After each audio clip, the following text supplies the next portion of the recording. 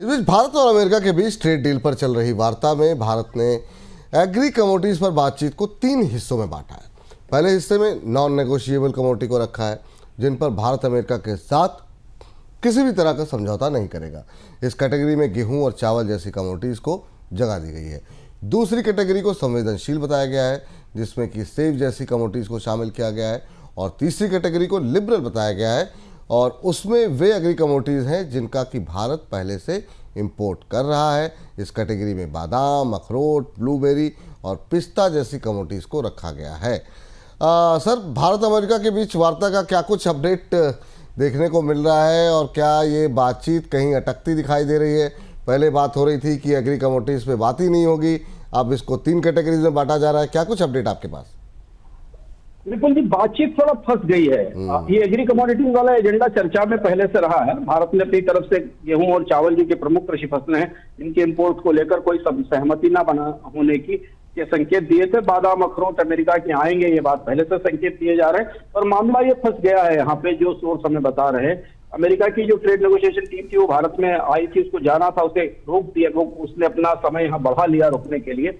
भारतीय पक्ष की तरफ से कहा गया है कि जब तक मेटल्स पर जो टैरिफ लगाए गए हैं 50% के, उन्हें नहीं हटाया जाएगा, और हटाने का कमिटमेंट नहीं लिया जाएगा, इस व्यापार वार्ता पर बात आगे बढ़ना मुश्किल है। ऐसा संकेत भारत की तरफ से अमेरिका के पक्ष को दिया गया है, क्योंकि भारत सरकार अपने पक्ष में अमेरिका से कुछ निर्णय आते देखना चाहती है।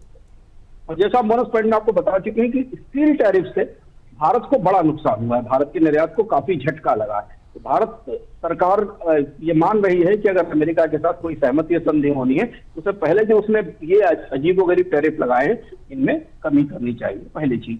दूसरी बात यह कि डोनाल्ड ट्रंप अपने देश में अपनी नीतियों को लेकर घिर गए हैं। टैरिफ के ऊपर अदालत में मुकदमे चल रहे हैं, और अब डोनाल्ड ट्रंप उतने आक्रामक ढंग से टैरिफ लगाने के लिए आगे नहीं बढ़ पा रहे हैं। चीन के साथ डोनाल्ड ट्रंप को झुककर समझौता करना पड़ा। जापान और यूरोपियन यूनियन भी अपनी शर्तें रख रहे हैं।